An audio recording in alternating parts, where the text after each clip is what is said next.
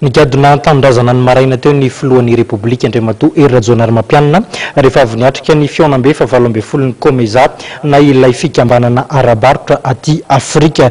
Tokony atsaraina hono teny ampatongavana ny kalitaon'ny entana izay ahondrany Madagasikara.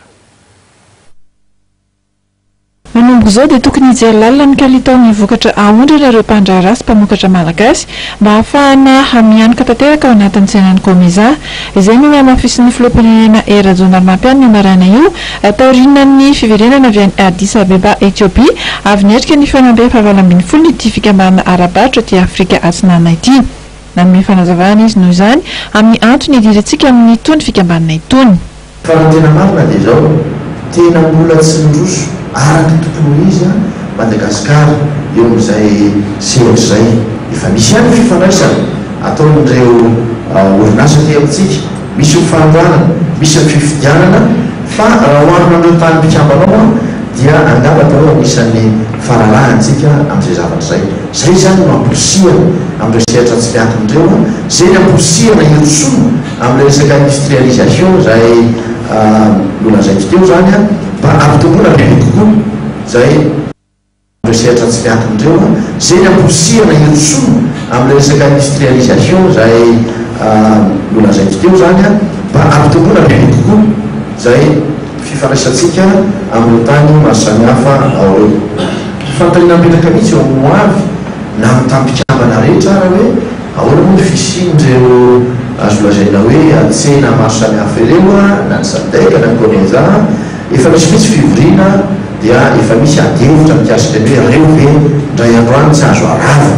Mbola misy ara anankiray moa le hoe EAC zany dia ny tany afrikana dia milana atsinanana manokana zavatra izay dia mbola hoe tsy azo aravina ve zahatretrarehetra zany ao tsenabe anankiray izy io zany fa tsy hiparitaka tahaka izao. Inona kosa ary ny tombontsoa mety ho azo Madagasikara izany amin'ny fidirana anatin'ny Komeza indrindra misika amin'ny tantana ny toeran'ny filohalefitra izao manazava ny ministry ny varotra sy ny fanjifana. Manafika ny tsena Komezatsy ikany indrindra dia mila zonona zany ny vokatra simentina malagasy ny varotra ahafahana mahazo an'izay dia kalomafitra ny fahaiza-manao ny fandraharaha malagasy mafy famokarana mafy industrie ianao zavatra izay dia fa karakarain'ny ministère de zavatra izay fa ny anjaran'ny ministère ny varotra moa zany manokatra an'izay lalam-barotra zay dia mizaran'izay amin'ny mpandraharaha malagasy hoe misy lalam-barotra anaty misy an'izay tsara dinantika makarina sy mijery an'izay fanampiana rehetra ny azoazontsika anatin'izay. Ny farana omaly moa ity fiaonam-be fa 20 ireo filoham-pirenena sy mpitondra fanjakana apikambana ny hevon'ny Komeza ity. Anisan'ny voatra tamin'izany ny andrasan'ny Madagasikara ny fiaonam-be fa 20.